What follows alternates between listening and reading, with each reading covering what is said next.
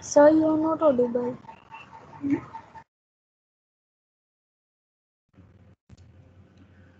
Okay, so let us continue the discussion on time of supply.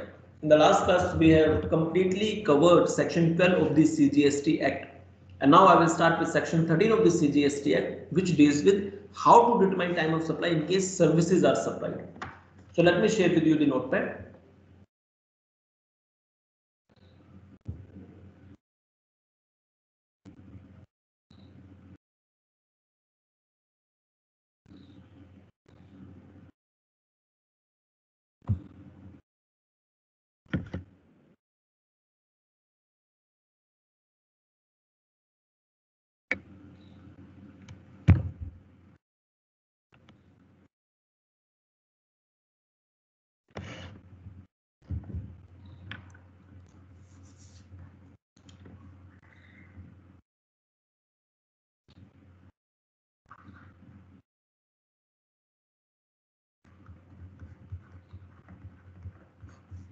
So we are continuing the discussion on time of supply of services.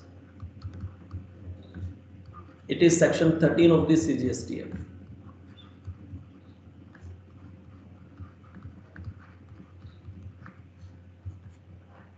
Now before this, what we have covered in section 12, you must know.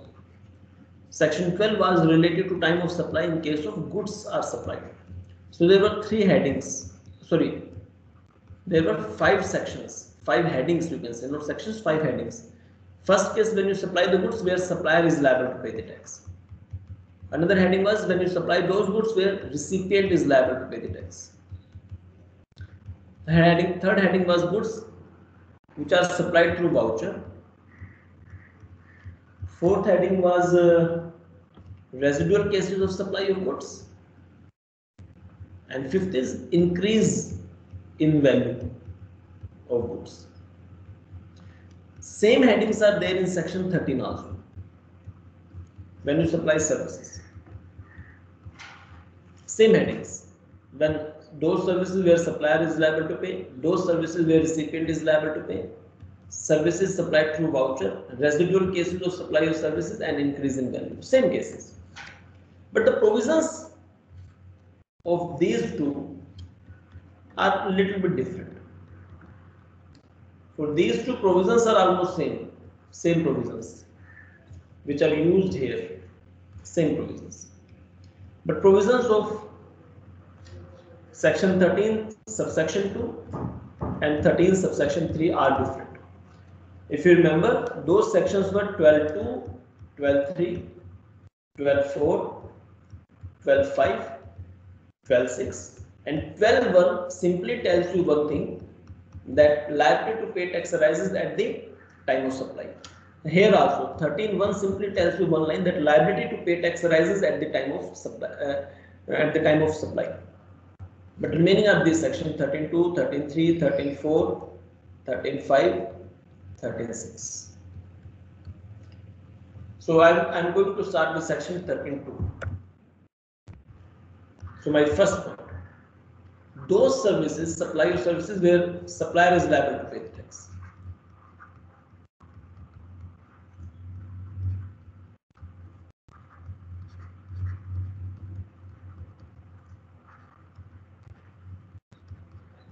Where supplier is liable to pay the tax.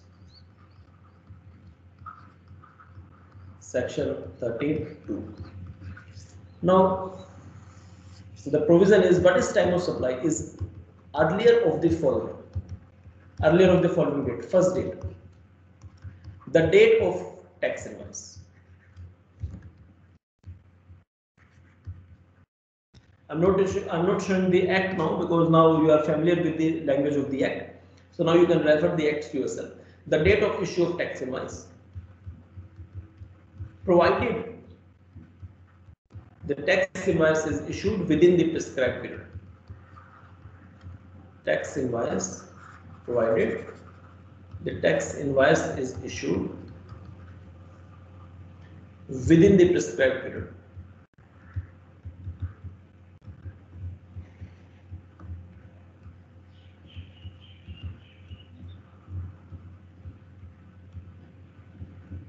Or If you don't issue the tax invoice within the prescribed period, then what? Then the date of provision of service.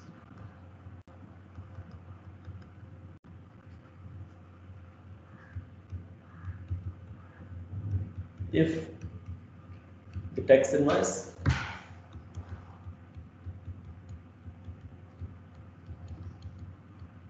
is not issued within the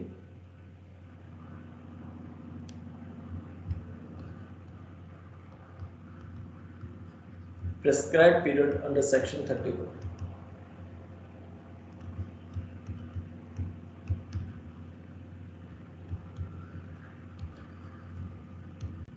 Compare this date with date of receipt of payment, when the supplier of services has received the payment, and check the date whichever is early. That becomes the time of supply. Now, what is this prescribed date? Do you remember? Can anyone tell me what is this prescribed date? Do you remember?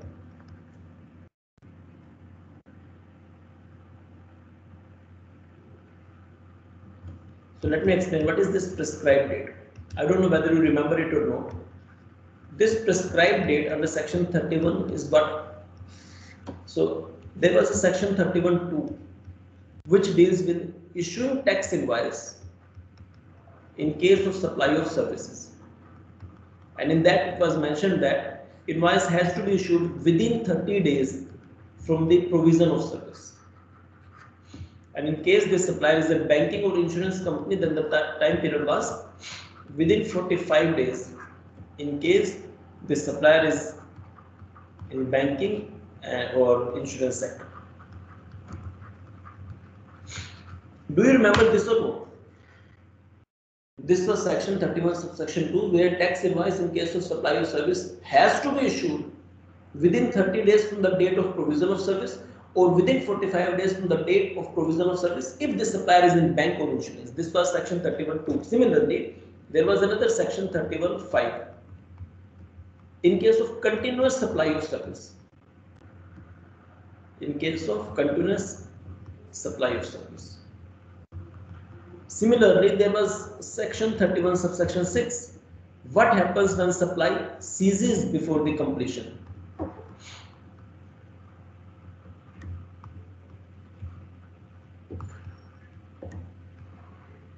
Before the completion.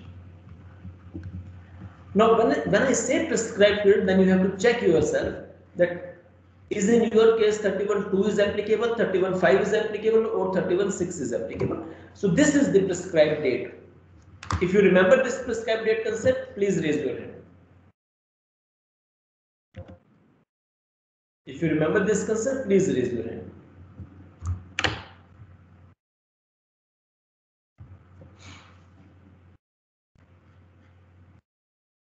Okay, very good. Now, next point.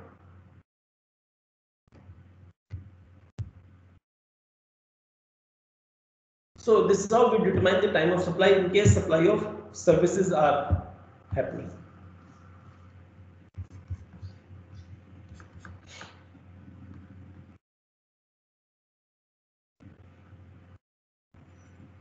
Now let me assume an example. And you have to tell me the time of supply.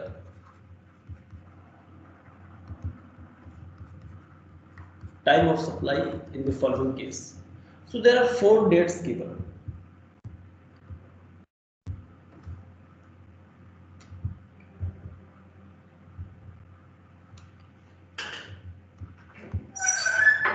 You please wait a second.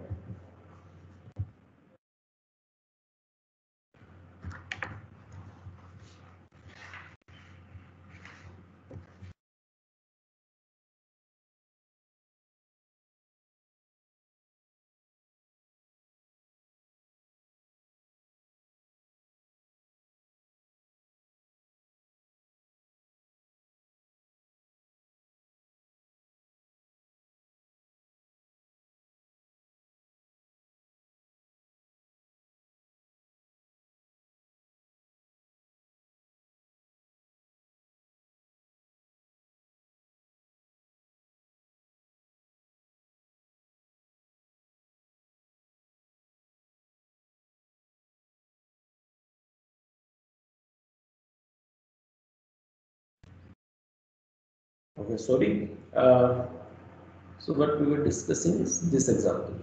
I hope this slide is still visible. In case it is not visible, you can tell me. So now in this example, what are different dates? 28 June 2020.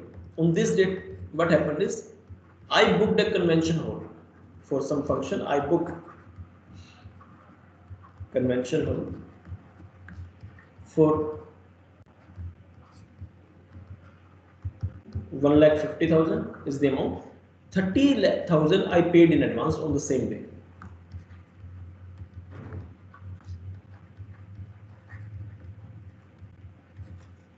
Second point, on 15th September 2020, function held in this hall.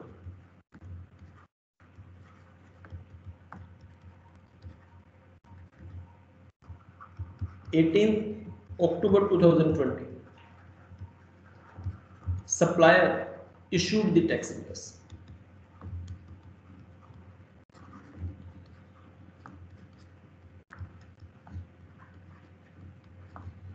Indicating balance of 1,20,000 payable.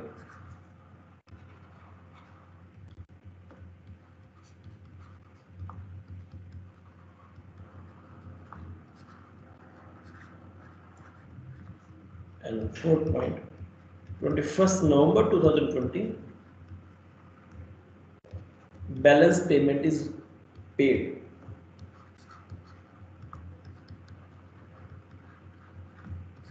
Now I am asking a question from you.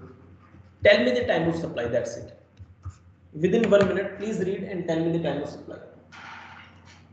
I am waiting for the answer. Try to tell me the answer within 1 minute. Provisions are on this sheet. Now it's a case of service, so of course section 13 is applicable. If nothing is mentioned, I will assume that supplier is liable to pay the tax. And what is the time of supply? The date of issue of tax invoice, if the invoice is issued within the prescribed period, or the date of provision of service if the tax invoice is not issued within the prescribed period. Those dates, because either of those two dates will happen, either the invoice is issued within or not within. Compare it with the date of receipt of payment and give me the answer. What is the time of supply? Hurry up. Try to tell me the answer within 1 minute or maximum 2 minutes. What is the time of supply in this case? 28 June.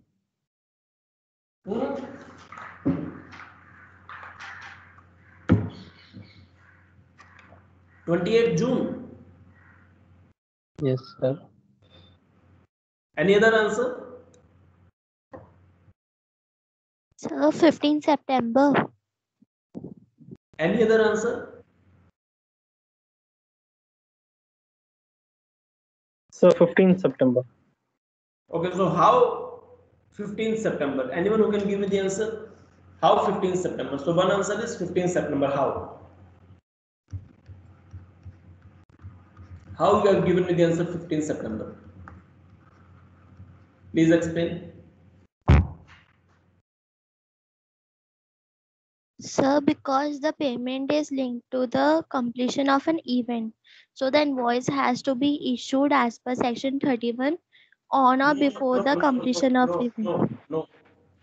How can you say that payment is linked with the completion of an event? Because function has to be held. So function is an event. क्यों? अगर मेरे घर में किसी की शादी और मैंने कोई हॉल बुक कर दिया और उस दिन शादी नहीं होगी, तो क्या मैं हॉल वाला मुझसे पैसे नहीं लेगा? मैं शादी नहीं हुई नहीं, हॉल वाला तो कहेगा कि आपने बुक करते तो we would have given it to another person. आप मत करिए function. How can you say that payment is linked with the booking of this convention? और book हो गया बस, function करो या मत करो. That is booked on 15th September. आप उसमें function करिए या मत करिए, you have to pay the amount. Is the point clear? Yes, sir. Event से कोई relation नहीं है इसका. Now, any other answer if you are saying 15 September 20? Sir, since the invoice is raised after 30 days, so we will take the date of provision of service. Yes, so this reason is exactly correct. I am supposed to raise the invoice, so this is a case of basically 31 subsection 2. When I am concerned with whether the invoice is raised within the period or no, that means I will apply section 31 subsection 2. And it says if the supplier is not a banking or insurance sector supplier, then invoice has to be raised within 30 days. But in reality, I have raised the invoice within how many days? After 30 days. I have raised the invoice after 30 days. Check this date. This is the date when services are provided. Services provided.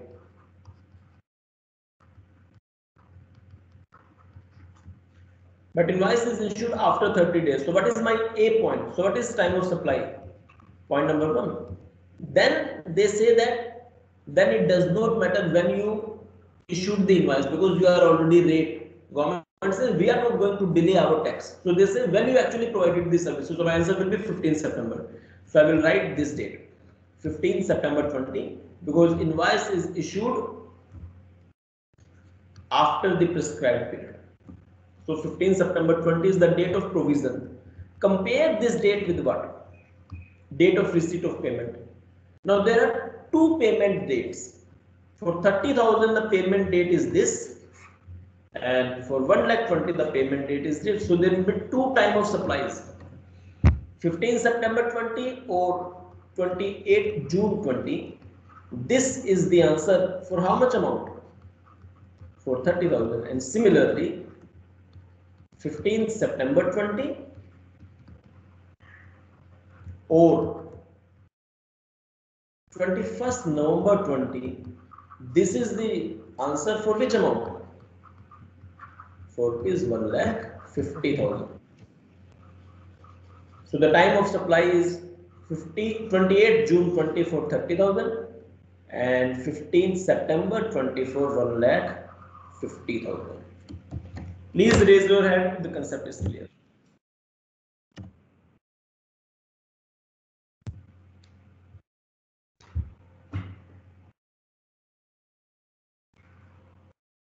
So almost everyone is clear to the concept. Now next point. Some points to be noted now.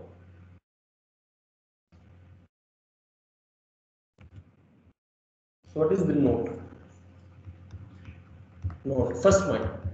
How do you determine the date of receipt of payment? How do you determine the date of receipt of payment? How do you determine as a supplier, you are supplying the goods, how can you say that payment is received? So it is same just like in section 12, earlier of what? Earlier of the date on which bank account is credited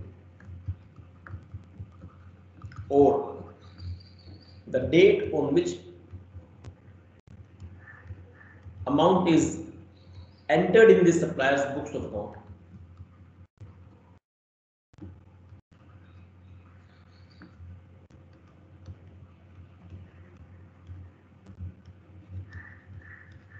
Everything is from the supplier's point of view. This is the date of receipt of payment. This is my first point. Now, second point, so many times it is possible that none of the above dates will be available. What if none of the dates to determine time of supply is available? If you don't know any date in the question, then how will you take the decision? Now, which dates? Which are those dates? First, suppose date of provision of service is not available. Suppose the date of issue of tax invoice is not available.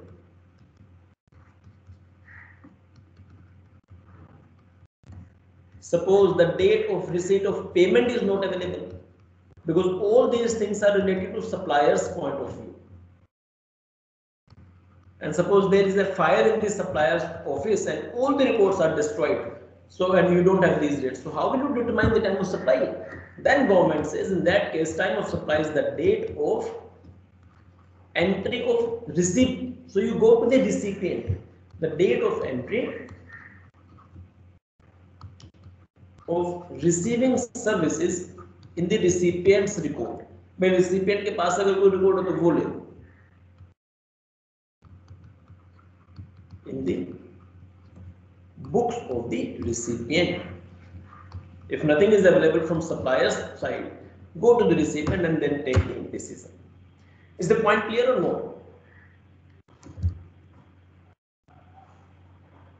I hope it is clear. Last point.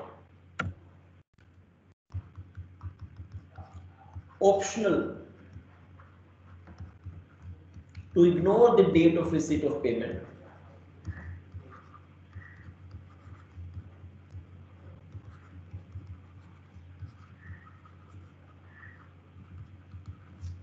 In determining the time of supply.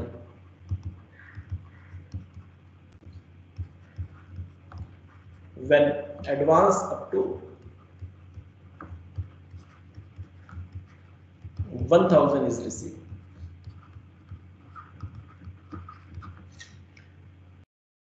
This is the same, which was this provision is same as that in supply of goods. In supply of goods also, if you remember, I don't know whether you remember or not, when I was determining the time of supply in case of supply of goods, there were two cases. Is my supplier covered under composition scheme? Or is my supplier not covered under composition scheme? In case my supplier is not covered under composition scheme, if not covered, then I ignore the date of receipt of payment. In case of this situation, I never check the date of receipt of payment through notification.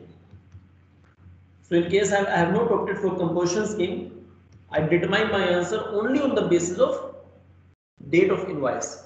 I never check advance payment date. That is not applicable. And if I do not check advance payment date, by default, this option number 3 above, also by default was also not applicable by default.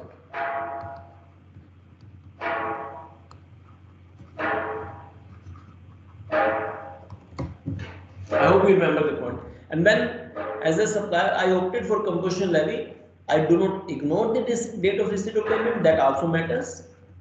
Just like it matters in case of supply of services matters, and similarly this third option also matters.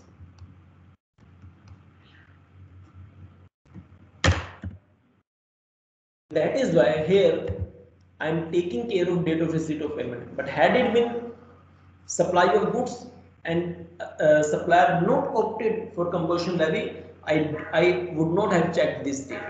But do remember that in case of supply of services, you cannot skip date of receipt of payment. It has to be taken. So what I want, optional to ignore the date of receipt of payment is applicable. And what is this option? Which was there in this composition scheme also, that till 1000 advance, date of receipt of advance doesn't matter. Till 1000 advance, date of receipt of advance doesn't matter. If supplier wants, so it is optional for this supplier that for this 1000 rupees supply, invoice time of supply can be taken as the date when invoice will be issued in future. Date when tax invoice will be issued in future. This is what the point is. If the point is clear, please raise your hand. If not clear, ask in the doubt.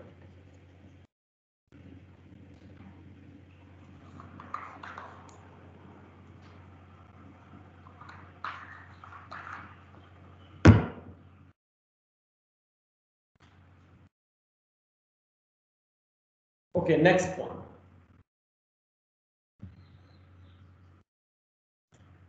This was my section.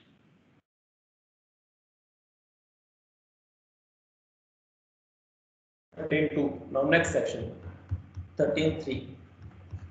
Now here those services are covered which are taxable on reverse charge basis. Supply of services which are taxable on reverse charge basis.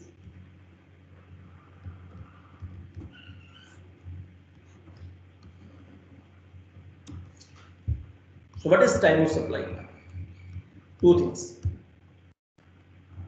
Date of But as a recipient, in this case, what is happening? As a recipient, I am receiving goods and I have to make the payment. So date of making payment. As a recipient, you have to make the payment to the supplier. So date of making payment to the supplier and date immediately following 60 days.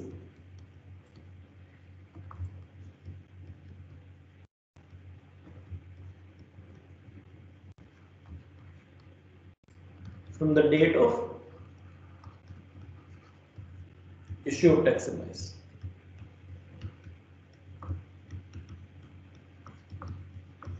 Whichever is early. In case of section 12.3, this 60-day period was 30 days, otherwise everything was same. Let me show you.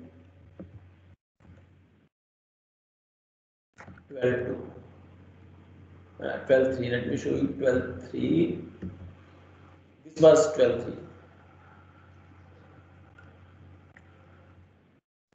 If you remember.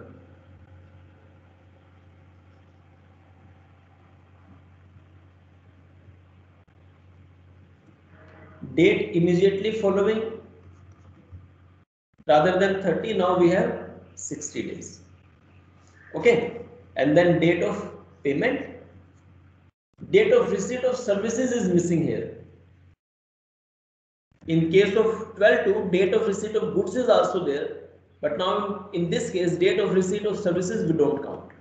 Otherwise, everything is same. We have only 2 points, 2 dates to be decided: date of making payment, date following 60 days. Let me assume an example.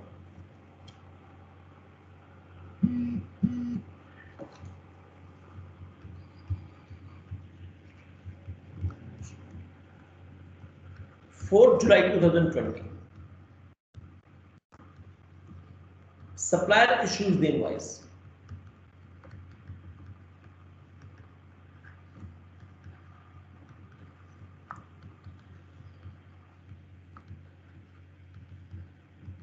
Which is taxable on reverse charge basis.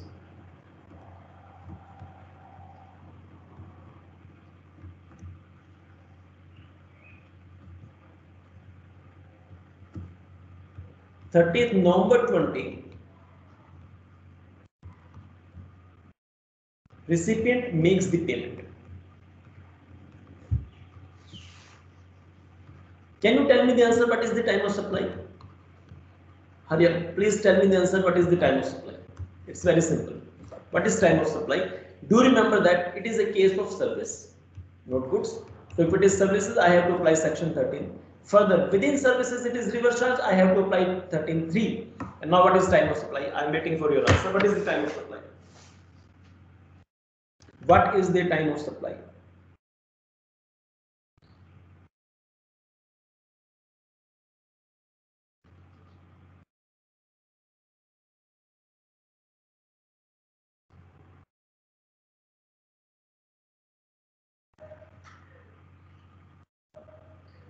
Hurry, what is the time of supply? Try. The time of supply is first point. Date of making payment, which is 30th November. And second point, date immediately following 60 days. So when you will count 60 days from 5th July, you should not start from 4th July. I told you that under general clauses that from means the date immediately following that date from which you have to count. So start from 5th July and count till 60 days. So whatever is the 61st day, because the word used is following 60 days. The 7th of September. No. Why 7th September? It will be 3rd September. Because July is also 31st day and August is also 31st day. So if you start counting from 5th, so it will be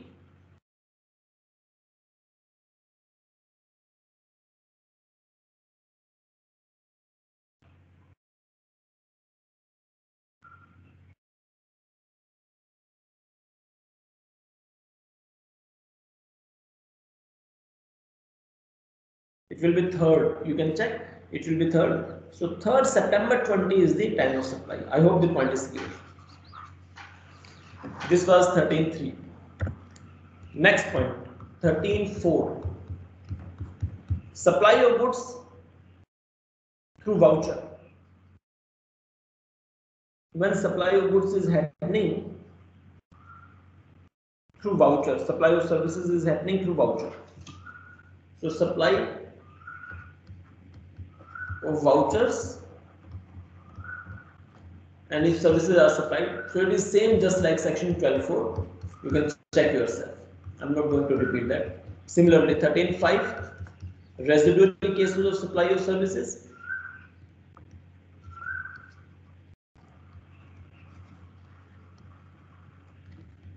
It is also same like 12.5, read it, and similarly 13.6 is also same. When there is an increase in the value, it is also similar to 12.6. So I'm not going to repeat that. That's all from my side. So let us wind up the discussion today with section 13. In the next lecture, I will start with section 14 and the last topic of time of supply. So that's all from my side for today. Goodbye.